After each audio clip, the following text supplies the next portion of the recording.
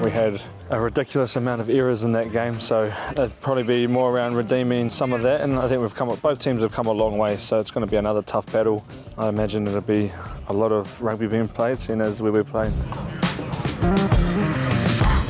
E tipu ana te pēhanga I wainga I te kapa Whatumoana, I a rātau e whakaora ana I a rātau anō, mo te kēmu e kainamu mai nei. It's a big week. We know those Blues boys got some big boys in their forward pack, so just finding out ways to nullify them. Ka tuki rātau ki te kapa Blues hei tēnei wiki, me te mana ko o ngā kaitākaro pēnei I a Cody Taylor, ki te toa, mai I tā rātau hinga I te kapa rā I te rauna tua whā o te whakataetai. Ahakoa e noho ana te kapa Blues ki te taumata tuarua, me tūpato rātau te kapa Whatumoana I ngā kaitākaro toki pēnei I a Caleb Clark, I riro I te toru piro I te rauna tua whā. Caleb Clark for his hat-trick! Talk a lot around finishing, so just whether it's set piece, our attacking phase stuff, and then on the end of defensive sets, just finishing on a good note. Yeah, it's a New Zealand derby and it's always tough. Like if you don't win the collision or the contact area, then it's always going to be a tough day. At whatever moment I do get on the field, I'm excited to get out there and see what I can add to this team. You know, like we've got great depth at the moment, and obviously Scooter coming back into the mix as well. Ka noho te kapa Whatumoana ki te taumata tuarima o te tepu Super Rugby Pacific. Ko toa rātau ngā kēmu e rima, ka mutu kua hinga rātau ngā kēmu e ono I tēnei terenga.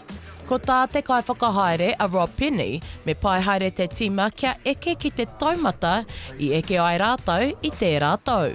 We need to be more consistent across the board.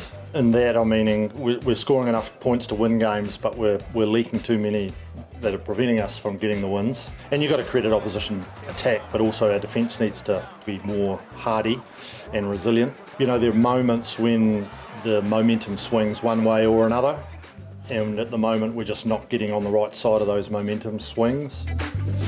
Ka timata Taylor ki te tūranga Waikape, ko Rivers reihana tērā no Ngaitahu hei topatahi. Ka mutu ka noho a Taylor Cahill no Ngāpuhi ki te taha. Ko wharanga pona o taha kemara raua ko Cullen Grace, aha ko tērā, ka kore enei wharatanga e miki rapu I te mahere.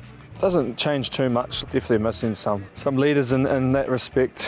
Not having them on the field, of course you always want your best players, but we have got some awesome guys that are stepping in with Cooper Grant. You know, he went really well against Moana when he got his opportunity, and then you know, Jay Mack at the back's been playing well, so it's just a matter of you know, the boys that are out there just stepping up, and the rest of the leaders that are out there to sort of take a bit more on their shoulders.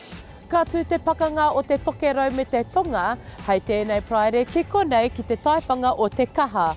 A ka timata te kēmu hei te rima miniti, pahi te whitukaraka I te pō. Shakayla Andrews-Alapaki, Tahu News.